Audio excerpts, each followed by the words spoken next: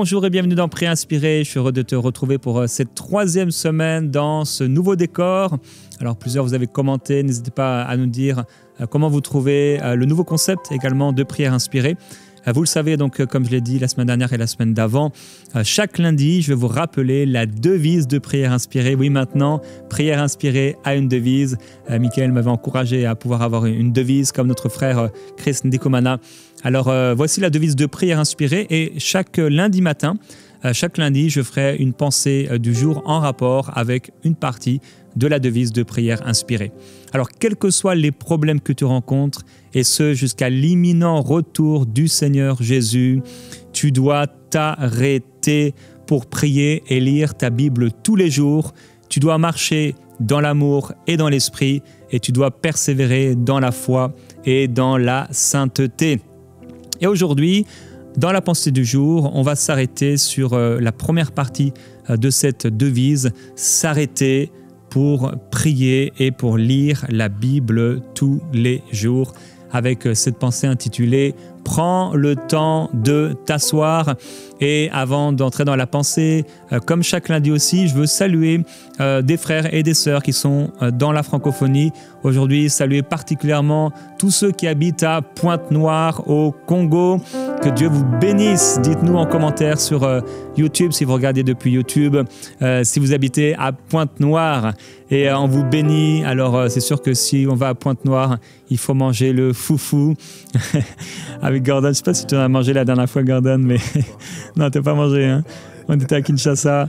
Et je sais aussi, j'ai appris que le port de Pointe-Noire, c'est l'un des ports les plus importants de toute l'Afrique centrale. Alors, ça permet de pouvoir vraiment faire du commerce, etc. Que Dieu vous bénisse, vous qui êtes dans le commerce à Pointe-Noire, quel que soit le travail que vous pouvez avoir. Alors, je vais vous encourager aujourd'hui à pouvoir vous asseoir. Je t'encourage à prendre le temps de t'asseoir et on va lire deux versets avec Marie. Le premier dans les Psaumes, chapitre 46, et le deuxième dans Luc, chapitre 5. Arrêtez et sachez que je suis Dieu. Je domine sur les nations, je domine sur la terre. Amen. Et Luc, chapitre 5, verset 15. Sa renommée se répandait de plus en plus, et les gens venaient en foule pour l'entendre et pour être guéris de leurs maladies. Et lui, il se retirait dans les déserts et priait. Si Jésus s'arrêtait pour prier, tu peux t'arrêter pour prier. Si l'homme avec le plus grand ministère de l'époque, toutes les foules venaient pour l'entendre, toutes les foules cherchaient à le voir, toutes les foules cherchaient à ce qu'il prie pour eux, pour elles, eh bien, on peut forcément trouver le temps de s'arrêter. Je t'encourage vraiment à pouvoir t'asseoir. Alors, c'est quoi ce lieu où tu pourrais t'asseoir? Peut-être tu le fais déjà et c'est bien, continue à le faire. Mais peut-être quelqu'un aujourd'hui ne le fait pas ou ne le fait plus. Peut-être tu es en train de courir. À un moment, il faut arrêter de courir. Forcément, on est obligé d'arrêter de courir. Dieu dit « Arrêtez et sachez, arrêtez et reconnaissez que je suis Dieu. » Il domine sur les peuples et sur les nations. Alors, Dieu domine sur nous. Dieu est notre Dieu, c'est lui qui conduit, c'est lui qui dirige les choses. Et s'il nous dit d'arrêter, on doit arrêter. S'il nous dit de s'asseoir, on doit s'asseoir. Et dans la devise de Prière Inspirée, on doit s'arrêter, on doit marcher ensuite, on doit persévérer. Donc, on doit s'arrêter, prendre le temps de s'arrêter. Sur quelle chaise tu peux t'asseoir? Ou sur quel sol tu peux t'asseoir? Ou sur quel lit tu peux t'asseoir? Quel endroit de ta maison tu peux trouver pour t'arrêter? Peut-être pour quelqu'un, ce sera dans sa voiture. Tu vas t'arrêter, t'asseoir dans ta voiture. Donc, un jour, il faut arrêter de courir et il faut prendre le temps de s'arrêter. Les paroles que Dieu nous donne, que Dieu te donne, est-ce qu'elles valent le coup de t'arrêter le matin, quelques minutes, et de les écouter, de les lire? Je crois que les paroles du Seigneur valent le coup, le temps qu'on prend pour s'arrêter un moment et pour l'écouter. S'asseoir pour nous arrêter. S'asseoir pour entendre Dieu. S'asseoir pour l'écouter. S'asseoir pour recevoir sa parole. S'arrêter pour être disponible. Dieu dit, arrête-toi. je suis Dieu, j'ai des choses à te dire, prends le temps de les écouter. Arrête-toi, arrête de courir, mais rejoins-moi. Rejoins-moi. La semaine dernière, on a terminé avec ce psaume, chapitre 46. C'est de ce psaume que sort cette parole, arrêtez et sachez que je suis Dieu. Comment on peut savoir reconnaître Dieu en étant Dieu? C'est vraiment se mettre à notre place. On est en dessous, il est au-dessus, on l'écoute, il nous parle. Prendre le temps de s'arrêter et de l'écouter. Alors pendant cette semaine, je vais t'encourager par rapport à l'attente, le défi de l'attente. C'est difficile pour nous d'attendre et surtout d'attendre longtemps. Vous avez déjà appelé des entreprises, ils vous mettent une espèce de musique d'ascenseur, ils vous font attendre pendant 30 minutes, 45 minutes, 1 heure. C'est quand même assez désagréable. Et cette semaine, tu vas être encouragé par rapport à cette attente. Et aujourd'hui, ce titre de l'encouragement, courage. Courage, à chaque jour suffit sa peine. Et cette expression française très connue, eh bien, elle nous vient directement du Seigneur Jésus. Marie, tu peux le lire dans l'évangile de Matthieu, chapitre 6. Ne vous inquiétez donc pas du lendemain, car le lendemain aura soin de lui-même. À chaque jour suffit sa peine. Alors voilà, la plupart des gens ne savent pas que cette expression vient directement du Seigneur Jésus lui-même, qui est le maître des temps et des circonstances. Jésus dit donc, ne t'inquiète pas du lendemain, car le lendemain prendra soin de lui-même. Nous, on n'aime pas attendre, donc on s'inquiète déjà du lendemain, on est déjà dans le lendemain, on est déjà dans le futur. Mais cet encouragement du Seigneur aujourd'hui, c'est pour nous dire d'être là aujourd'hui. À chaque jour suffit sa peine. Jésus nous fait une recommandation étonnante de ne pas penser à demain. C'est une folie. En réalité, il ne dit pas de ne pas penser à demain, mais de ne pas s'inquiéter pour demain. Puisque Jésus lui-même pensait au lendemain. Par exemple, on le voit un jour, il va prier toute la nuit et le matin, il va aller choisir ses disciples. Ça veut dire qu'il est en train de prier pour le lendemain, parce que le lendemain, il devait aller choisir les 12 disciples qu'il allait appeler à être apôtres. Donc, il va prier pour le lendemain, mais sans s'inquiéter. On peut penser à demain, on peut calculer, réfléchir, prier pour demain, mais sans s'inquiéter, parce que à chaque jour suffit sa peine. Donc, je veux t'encourager à pouvoir prier sans t'inquiéter, à pouvoir prier pour le lendemain et avant le lendemain. Ça va te permettre de déposer toute inquiétude aux pieds du Seigneur. Dans Philippiens, au chapitre 4, il est écrit au verset 6, « Ne vous inquiétez de rien, mais en toute chose, faites connaître vos besoins à Dieu par des prières et des supplications avec des actions de grâce. Et la paix de Dieu, qui surpasse toute intelligence, gardera vos cœurs et vos pensées en Jésus-Christ. » Waouh, quelle bonne nouvelle, quel encouragement, quelle espérance on a de savoir que si on fait connaître au Seigneur nos besoins dans la prière avec des supplications, des actions de grâce, la paix de Dieu conduira nos pensées, remplira notre intelligence et gardera nos pensées et nos cœurs en Jésus. Je veux t'encourager aujourd'hui à pouvoir prendre le temps de te confier dans le Seigneur, de ne pas avoir peur pour demain, parce que Dieu s'en occupe. Quel que soit le problème que tu rencontres, tu dois croire que Dieu va s'occuper de ce problème. Quand on passe du temps dans la prière, on fait confiance au Seigneur, on lui parle de nos défis, de nos situations, on doit croire que le Seigneur va s'en occuper.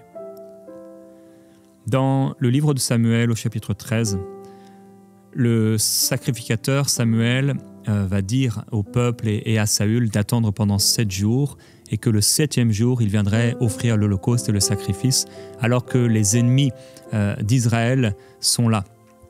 Et il est écrit, Saül attendit 7 jours conformément au délai fixé par Samuel, mais celui-ci n'arrivait pas à Gilgal et le peuple se dispersait loin de Saül. Alors qu'est-ce qui va se passer? Saül va offrir l'holocauste alors qu'il n'est pas dans la position de pouvoir offrir l'holocauste. Seul le sacrificateur pouvait le faire et c'était extrêmement grave d'offrir un sacrifice, un holocauste, alors que ce n'était pas sa position. Il finissait d'offrir l'holocauste lorsque Samuel arriva. Saül sortit à sa rencontre pour le saluer. Samuel dit « Qu'as-tu fait » Saül répondit, « Lorsque j'ai vu que le peuple se dispersait loin de moi, que tu n'arrivais pas dans le délai fixé et que les Philistins étaient rassemblés, je me suis dit, les Philistins vont descendre, m'attaquer et je n'ai pas imploré l'Éternel, alors je me suis fait violence et j'ai offert l'Holocauste. » Samuel dit à Saül, « Tu t'es comporté de façon stupide, tu n'as pas respecté le commandement que l'Éternel ton Dieu t'avait donné. L'Éternel t'aurait affermi pour toujours roi d'Israël, mais maintenant ton règne ne durera pas. L'Éternel s'est choisi un homme selon son cœur et il l'a destiné à être le chef de son peuple. Cela arrivera parce que tu n'as pas respecté ce que l'Éternel t'avait ordonné. » Alors c'est fou, on parle souvent de Saül et le fait que David soit devenu roi. Mais ça a été le moment, en fait, où Dieu a décidé de retirer la royauté à Saül parce qu'il était sous le stress. Il était dans un stress profond. Il a vu les ennemis arriver. Il savait qu'il devait attendre le sacrificateur. Apparemment, le sacrificateur n'arrive pas. En réalité, il est arrivé au bon jour, mais il est arrivé au cours de la journée, peut-être un peu plus tard dans la soirée, mais il est bien arrivé. Sache que Dieu n'est pas en retard. Mon frère, ma sœur, Dieu n'est jamais en retard. Il n'est pas en retard. Ne t'inquiète pas. Parfois, vous savez, il y a le 30 du mois qui arrive, ou il y a telle date qui arrive, et on se retrouve dans une pression, où le verdict qui est donné nous met une pression, on a peur. Et c'est là qu'on peut agir dans la chair. Comme Saül, tu sais que tu ne devrais pas faire cette chose, mais tu le fais quand même. Parce que tu agis dans la chair. Tu agis sous stress, tu agis sous la pression. Ah, il faut prendre le temps de s'arrêter. Comme on l'a dit, le temps de s'asseoir devant le Seigneur et de lui faire confiance. On doit lui faire confiance. On doit s'arrêter, arrêter et sachez que je suis Dieu. Prendre le temps. Patienter. Comme dans cet ascenseur, comme avec ce répondeur automatique ou cette attente, cette musique d'attente. Tu attends, tu prends le temps d'en parler au Seigneur et tu fais confiance en Dieu, qu'il va te parler, qu'il s'occupe de la situation, qu'il n'est pas en retard. Samuel était en retard selon Saül, mais en réalité, il n'était pas en retard. Dieu n'est pas en retard. Ne fais pas comme Saül. Courage. À chaque jour suffit sa peine. Dieu va prendre soin du lendemain. Il a tout perdu en agissant dans la chair. Alors je comprends que ce ne soit pas facile, mais quand tu ingères, c'est comme si tu te nourris des possibilités d'échec, de ce qui va arriver demain, du malheur qui va arriver ou de la catastrophe, ça ne pourra produire que du mauvais. Tu es en train de t'imaginer que tu anticipes que peut-être il va arriver cela. Ça ne changera rien. Il y a des choses qui vont arriver de toute façon d'elles-mêmes. Le Seigneur Jésus dit, tu ne peux pas ajouter une coudée à ta vie par ton inquiétude. Ne pas t'inquiéter, c'est une décision de foi. Je dois prendre cette décision, tu dois prendre cette décision par rapport à demain. La semaine prochaine, tu as un rendez-vous, tu t'inquiètes? Quelqu'un a un rendez-vous pour une embauche et tu t'inquiètes, tu sens le stress qui monte. Jésus dit, ne t'inquiète pas du lendemain. Ne t'en inquiète pas. Même par rapport aux tribunaux, il nous dit, ne vous inquiétez pas. À l'heure même, au moment même, le Saint-Esprit vous conduira. Le Saint-Esprit vous dirigera. Ça ne veut pas dire qu'on ne va pas préparer les choses, mais on ne les prépare pas en s'inquiétant. C'est ce que Jésus nous dit. S'inquiéter, c'est une décision de doute. Ne pas s'inquiéter, c'est une décision de foi. Ne t'inquiète pas. Le Seigneur ne te dit pas qu'il n'y a pas de problème. Il ne te dit pas qu'aujourd'hui, il n'y a pas de problème, mais que la peine et les difficultés de ce jour, il s'en occupera. Concentre-toi sur ce qui se passe aujourd'hui. Si tu penses à toute la charge de travail ou les défis des jours suivants, tu vas recevoir du stress. Tu vas le manger, t'en nourrir, tu vas l'ingérer. Je vais t'encourager dans ce temps de prière à souffler un grand coup. Il y a quelqu'un qui doit souffler un grand coup devant le Seigneur. Ce n'est pas du yoga, ça n'a rien à voir avec cela. Ils peuvent souffler, souffler et souffler toujours. La paix surnaturelle n'entre pas dans leur cœur. Nous, on souffle dans le Seigneur, c'est un souffle de foi. Tu respires un grand coup. Ok. Seigneur, tu me dis de ne pas m'inquiéter, que ça ne changera rien au lendemain, que mon lendemain prendra soin de lui-même. Je te fais confiance. Je respire l'oxygène de l'esprit, de la foi, de la confiance, de la paix, de l'assurance. Je te fais confiance. Je te fais confiance. Ne te laisse pas submerger. Refuse le stress. Trop de gens vivent avec le stress, trop d'enfants de Dieu vivent avec le stress et avec l'anxiété. Des fois, on doit vraiment s'arrêter, s'asseoir comme on l'a dit, et souffler un grand coup. Ok, je sens le stress qui monte. Je n'en veux pas, Seigneur. Le stress, ça ne fait pas partie de mon héritage, ça ne fait pas partie de ma nourriture. Je refuse de me laisser envahir par l'anxiété. Les difficultés font partie de la vie, mais je dois les affronter avec courage, avec sérénité et avec foi. Alors dans ce temps de prière aujourd'hui, Dieu veut que tu te confies en lui. Dans la prière, on va se confier en lui. En chantant, on va se confier en lui. En étant en silence devant Dieu, on va lui faire confiance. Souffle un grand coup dans la présence du Seigneur et reçois l'oxygène de Dieu dans tes poumons, dans ton cœur, et que tout stress s'en aille. Au nom de Jésus-Christ, fais-lui confiance. Que soit brisée l'anxiété maintenant au nom de Jésus-Christ. Déclare que tu refuses l'anxiété. Tu refuses le stress. Ordonne au stress de quitter ta vie maintenant. Au nom de Jésus-Christ. Alléluia. J'élève les mains vers les cieux. Je te donne mon cœur. Je dirai à mon âme, tu es Dieu de tout. Même si les mers se déchaînent, tu parles et tu les calmes. Tu es mon repos, tu es au contrôle. Oui, Seigneur, tu es au contrôle. J'élève mes mains vers les cieux, je te donne mon cœur. Dirai à mon âme, tu es Dieu de tout. Oui, Seigneur, tu t'occupes de tout. Même si les mers se déchaînent, tu parles et tu les calmes. Tu es mon repos, tu es au contrôle. Oui, Seigneur, tu es au contrôle, nous l'avons dit vendredi. Tu es notre refuge, tu es notre appui, tu es au contrôle. Tu es mon repos, tu es au contrôle. Tu m'as dit de m'arrêter, Seigneur, aujourd'hui.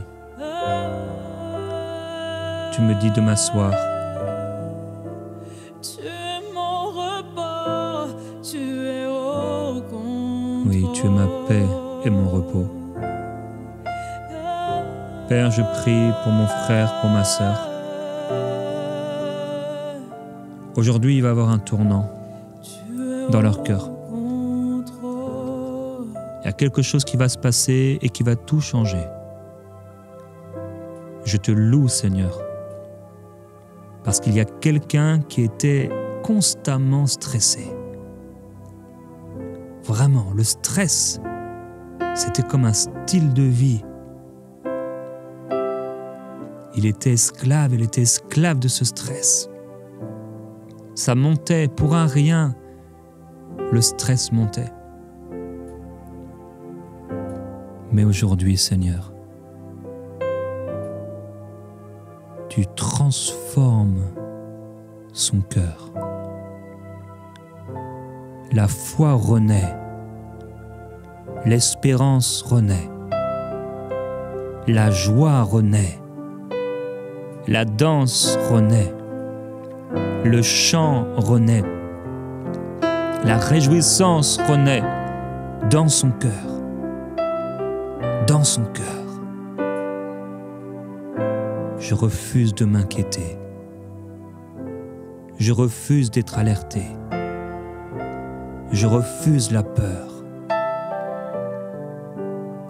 Jésus-Christ, tu es au contrôle. Tu es au contrôle. Je te donne tout, Seigneur. Toutes mes craintes, toutes mes peurs. Mon lendemain, je te le donne. Prends tout.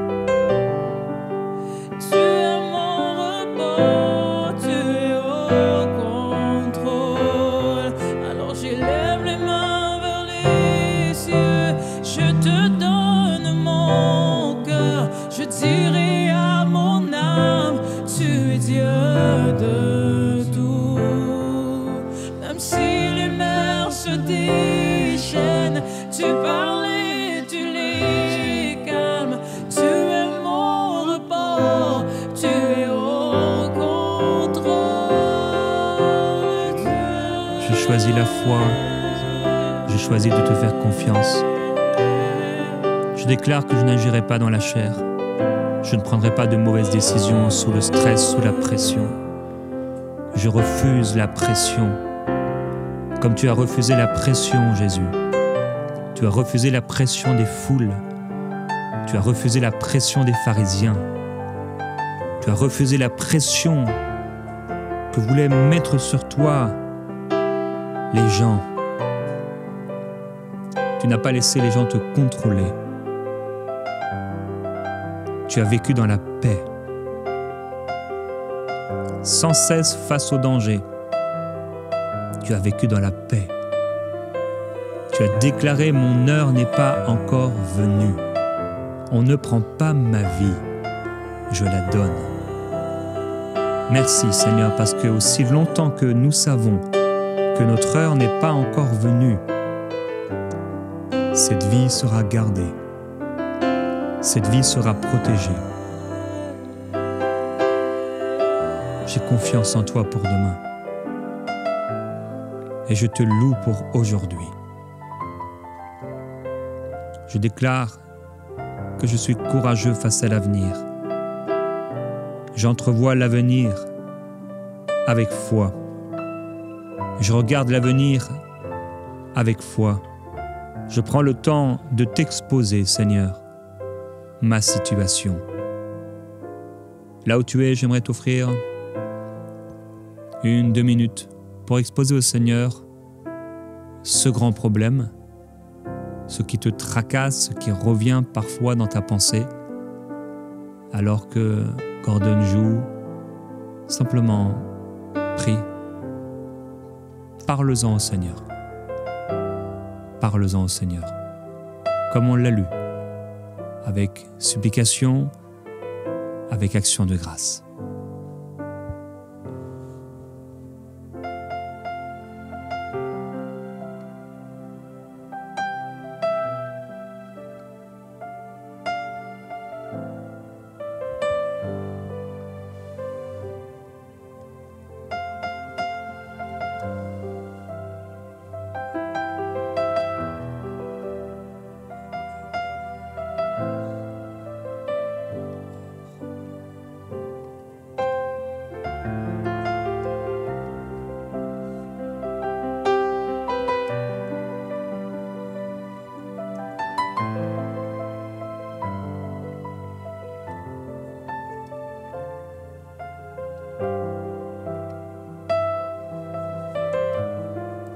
Si tu ne sais pas quoi faire, dis-lui que tu ne sais pas quoi faire face à cette situation.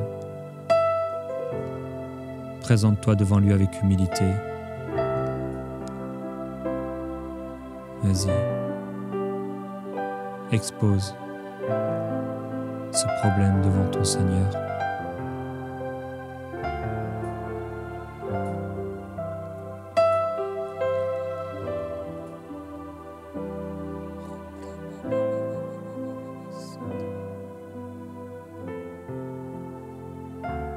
Maintenant, le Seigneur nous dit de le faire avec action de grâce.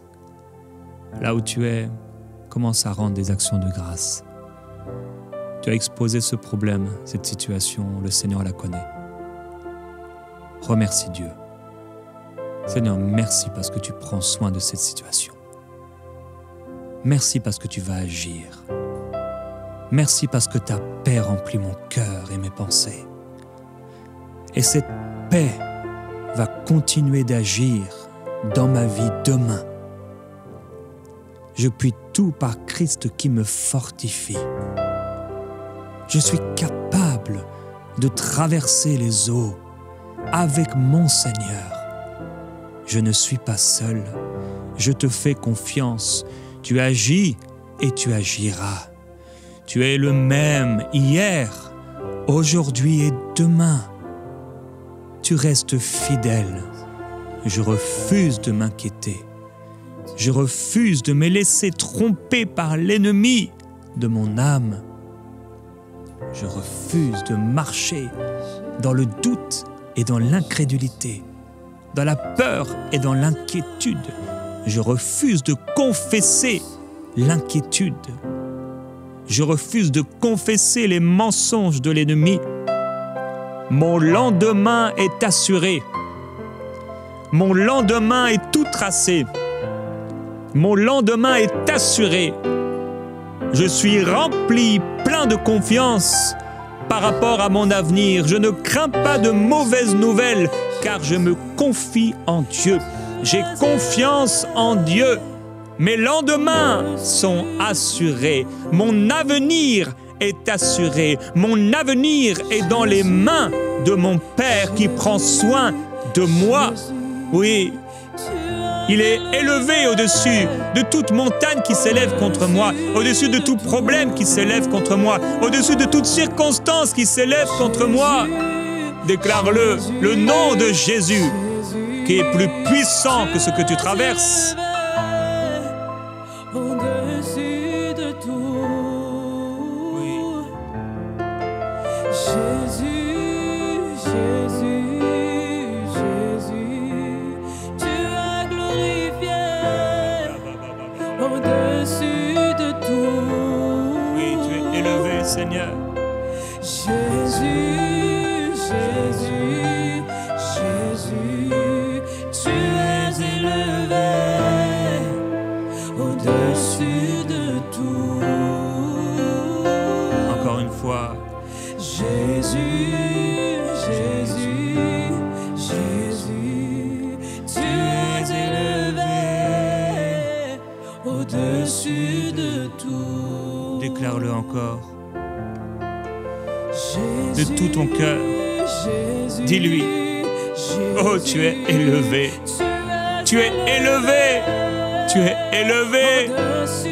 Tu es élevé. Et je t'élève encore, oh Dieu, dans ma vie, dans mes pensées.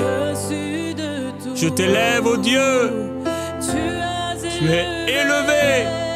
Et ton nom est invoqué sur moi. Je puis tout grâce à toi. Je ne m'inquiète plus. Je ne suis plus découragé. Je suis rempli de confiance quant à mon avenir, car mon Dieu est un Dieu de miracles. Mon Dieu est un Dieu de guérison, un Dieu de délivrance. Il n'est pas en retard. Tu n'es pas en retard, Seigneur. Tu agiras et tu me délivreras, car tu es fidèle.